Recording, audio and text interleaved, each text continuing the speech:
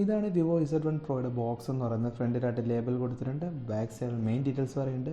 Display വന്നിട്ട് 6.53 punch whole display ആണുള്ളത്. Processor വന്നിട്ട് Snapdragon 712 ഒക്ടാ-കോർ പ്രോസസ്സറാണ്. നമ്മുടെ ഈ ഫോൺ എന്ന് പറയുന്നത് 6GB 128GB വേരിയൻ്റ് ആണ്.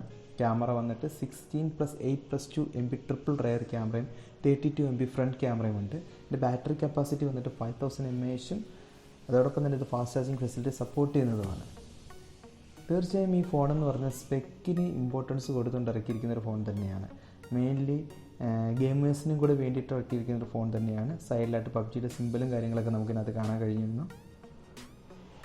ഓക്കെ, ഇതിൻ്റെ ഡിസൈൻ എങ്ങനെയുണ്ടെന്ന് നമുക്ക് അൺബോക്സ് ചെയ്തതിന് ശേഷം പറയാം.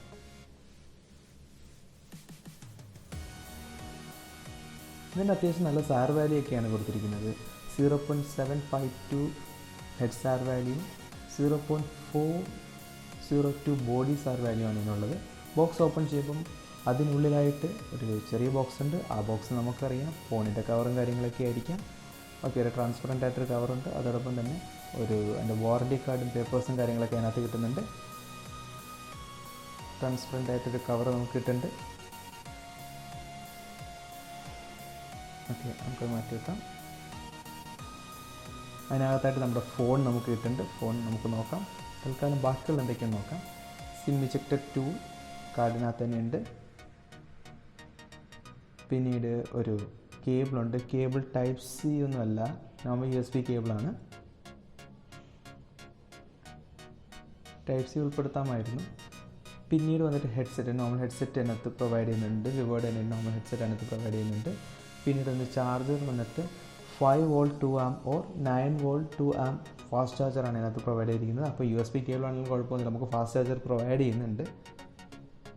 ഫാസ്റ്റ് ചാർജിങ് സപ്പോർട്ടും ചെയ്യുന്ന ഫോൺ തന്നെയാണ് നമ്മുടെ ഈ Vivo Z1 Pro എന്ന് പറയുന്നത്. ഫോൺ എടുക്കുമ്പോൾ തന്നെ എൻ്റെ സൈഡിലായിട്ട് സ്മാർട്ട് ബട്ടനെ പറ്റി പറയുന്നത്, ഗൂഗിൾ അസിസ്റ്റൻ്റ് സ്മാർട്ട് ബട്ടണിൻ്റെ ആരോ ഒക്കെ കാണിച്ചിട്ടുണ്ട്. നമുക്ക് ഫോണിൻ്റെ കവറൊന്ന് ഓപ്പൺ ചെയ്യാം.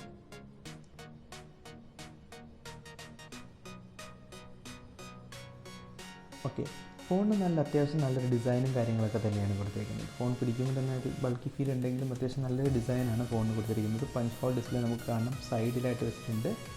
32 MB ക്യാമറയാണ്. മുകളിലായിട്ട് വന്നിട്ട് നമുക്ക് അതിൻ്റെ സ്പീക്കർ ഗ്രില്ല് കാണാം. ടോപ്പ് പാനലിൽ ഒന്നും തന്നെ ഇല്ലല്ലേ. സൈഡിലേക്ക് വരുമ്പോൾ നമുക്ക് വോളിയം ബട്ടണും പവർ ബട്ടണും കാണാം.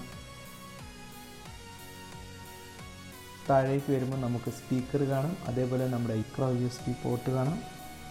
പിന്നെ തൊട്ടടുത്ത മെയിൻ മൈക്ക് കാണാം. അതോടൊപ്പം തന്നെ 3.5mm ഓഡിയോ ജാക്കും കാണാം. സൈഡിൽ വന്നു കഴിഞ്ഞാൽ ഗൂഗിൾ സ്മാർട്ട് ബട്ടൺ കാണാം. ഗൂഗിൾ അസിസ്റ്റൻ്റിലേക്കുള്ള സ്മാർട്ട് ബട്ടൺ കാണാം. സ്മാർട്ട് ബട്ടണൊക്കെ ഉൾപ്പെടുത്തിയിട്ടുണ്ട്. സൈഡിലായിട്ട് സിം ട്രേ ഉണ്ട്. നമുക്ക് ബാക്കിലേക്ക് പോകാം.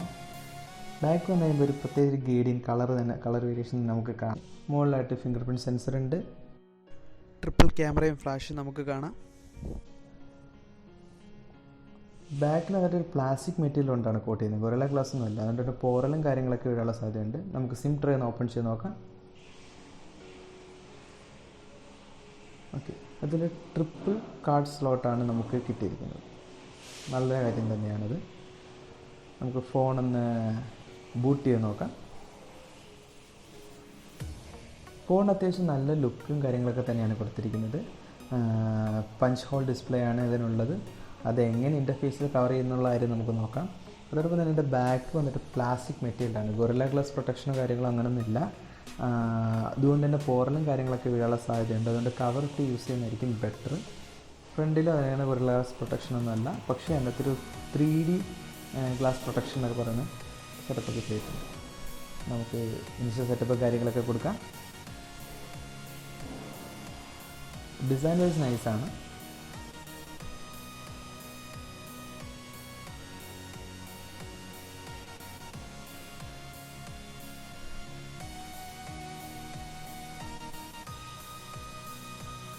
ഞാൻ പ്രത്യേകിച്ചൊന്നും ചെയ്തില്ല. എത്രയും പെട്ടെന്ന് നമുക്ക് സ്പെസിഫിക്കേഷൻ കാണാൻ കഴിയും. അതിലേക്ക് പോകാം. സോഫ്റ്റ്വെയർ ഇൻഫർമേഷനിലേക്ക് പോകാം. അതിന് പെട്ടെന്ന് നെക്സ്റ്റ് അടിച്ചുകൂടിയാണ്. ഇതാണ് നമ്മളുടെ ഇൻ്റർഫേസ് എന്ന് പറയുന്നത്. ഫൺടച്ച് OS എന്ന് പറയുന്ന ഇൻ്റർഫേസ് ഇതാണ്. മോണിൻ്റെ താഴത്തേക്ക് ഷട്ടർ നോക്കിക്കഴിഞ്ഞാൽ അതിനകത്ത് നോട്ടിഫിക്കേഷൻ കാര്യങ്ങളൊക്കെ കാണാം. പക്ഷേ നമുക്ക് എന്ത് കാണില്ല, ഗൂഗിൾ ബട്ടൺസ് ഒന്നും കാണാൻ സാധിക്കില്ല. അതൊക്കെ താഴെയാണ്.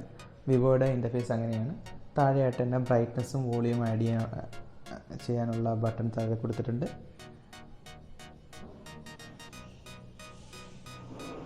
ഓക്കെ, ഇതിനകത്ത് തന്നെ ഡാർക്ക് മോഡിൻ്റെ ഫീച്ചേഴ്സ് ആഡ് ചെയ്തിട്ടുണ്ട്. ഡാർക്ക് മോഡ് ഫീച്ചർ ആഡ് ചെയ്തിട്ടുണ്ട്, എൻ്റെ ഫേവറേറ്റ് ഫീച്ചറാണ്. ഓക്കെ, ഇനി നമുക്ക് നമ്മുടെ സോഫ്റ്റ്വെയർ ഇൻഫർമേഷനിലേക്ക് പോകാം. ഇതിനകത്ത് ഏറ്റവും ലേറ്റസ്റ്റ് അപ്ഡേഷൻ തന്നെയാണ് കൊടുത്തിരിക്കുന്നത്. അതുകൊണ്ട് തന്നെ ഇതിന് പുതിയ അപ്ഡേഷനിൽ കറക്റ്റ് ചെയ്യാനുള്ള സാധനങ്ങളൊന്നുമില്ല. ഇതാണ് ഫണ്ടച്ച് OSൻ്റെ നമ്മുടെ എബൌട്ട് ഫോൺ സെക്ഷൻ. അത് ഫണ്ടച്ച് OS ആണ്. മോഡൽ നമ്പർ പറയുന്നുണ്ട്. അതേപോലെ ആൻഡ്രോയിഡ് വെർഷൻ പൈ ആണ്. പിന്നീട് വന്നിട്ട് സെക്യൂരിറ്റി പാച്ച് ലെവൽ വന്നിട്ട് ജൂലൈ ആണ്. എൻ്റെ പ്രോസസ്സർ വന്നിട്ട് 2.3 GHz സ്നാപ്ഡ്രാഗൺ 712 ഒക്ടാ-കോർ പ്രോസസ്സറാണ്. ഓക്കെ, ഇതാണ് പ്രോസസ്സറിൻ്റെ റിയൽ ടൈം ഡേറ്റ എന്ന് പറയുന്നത്. റാം വന്നിട്ട് 6 GB ആണ്.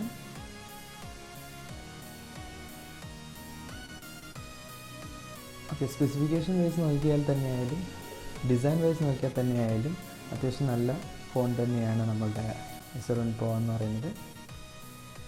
ഒരുപാട് ഫീച്ചേഴ്സും കാര്യങ്ങളൊക്കെ ഇതിനകത്ത് ആഡ് ചെയ്തിട്ടുണ്ട്. അതിൻ്റെ ക്യാമറയും കാര്യങ്ങളും നോക്കാം.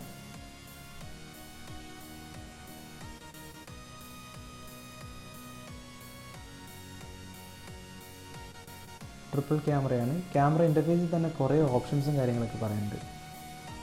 വൈഡ് റേഞ്ച് നമുക്ക് ഫോട്ടോ എടുക്കാൻ കഴിയും. വൈഡ് റേഞ്ചിൽ കാണിച്ചു തരാം. വൈഡ് മോഡാണ്.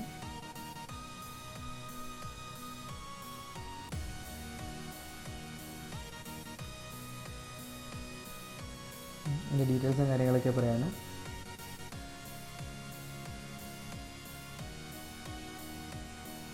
സപ്പോർട്ട് വീഡിയോ എന്ന് പറഞ്ഞാൽ 4K സപ്പോർട്ട് ചെയ്യും. 30 ഫ്രെയിം പെർ സെക്കൻഡിനുമായിട്ട്. ഫുൾ HD ആണ് 60 ഫ്രെയിം പെർ സെക്കൻഡ് വരെ സപ്പോർട്ട് ചെയ്യും. ഒരുപാട് മോഡുകളും കാര്യങ്ങളൊക്കെ ഇതിനകത്ത് പറയുന്നുണ്ട്. ഒരുപാട് കാര്യങ്ങൾ പറയുന്നുണ്ട്. ഫേസ് വീഡിയോയും കാര്യങ്ങളൊക്കെ ഇതിനകത്തുണ്ട്. അതോടൊപ്പം തന്നെ camera to API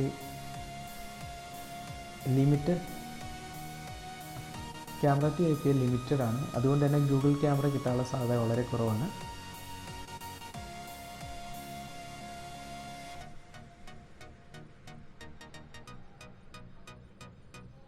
face beauty നമ്മുടെ മുഖം നോർമലി AI തന്നെ ചെയ്യാറാണ് പതിവ്. പക്ഷേ നമുക്കത് മാനുവലി കുറേ കാര്യങ്ങൾ ചെയ്യാൻ കഴിയും. കുറേ ഓപ്ഷൻസിനകത്ത് ഇൻക്ലൂഡ് ചെയ്തിട്ടുണ്ട്. ഫേസ് എത്രത്തോളം ഇങ്ങനെ ആവണം, അതായത് ഒരാളുടെ മുഖം എങ്ങനെ വേണമെങ്കിലും നമുക്ക് മാറ്റാവുന്ന അവസ്ഥയാണ്. നമുക്കിതിൻ്റെ സെൽഫി ക്യാമറയും കൂടെ നോക്കാം.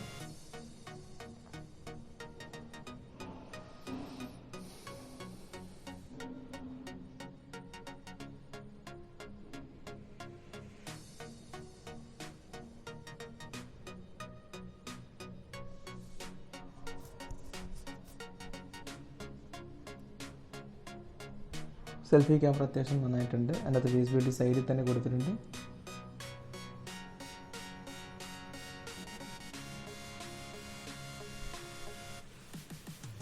ഈ ഫോൺ പ്രധാനമായിട്ട് കോൺസെൻട്രേറ്റ് ചെയ്തിരിക്കുന്ന സ്പെക്കിലും പിന്നെ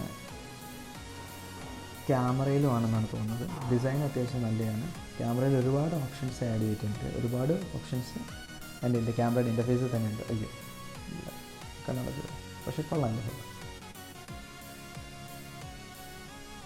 ഒരു ഫോട്ടോ എടുക്കാം.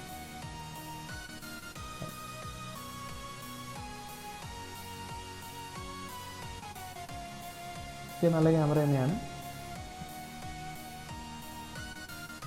പിന്നെ ഇതിന് L1 സർട്ടിഫിക്കറ്റ് എന്ന് പറയുന്നത് സർട്ടിഫിക്കേഷൻ ഉണ്ട്. അതുകൊണ്ട് തന്നെ നെറ്റ്ഫ്ലിക്സ് ആപ്ലിക്കേഷൻ അങ്ങനെയുള്ള സാധനങ്ങളൊക്കെ നമുക്ക് അതിനകത്ത് അവൈലബിൾ ആണ്. ഇത്രയും കാര്യങ്ങളാണ് ഇതിൻ്റെ ഇനിഷ്യൽ ഇംപ്രഷനിൽ എനിക്ക് പറയാനുള്ളത്.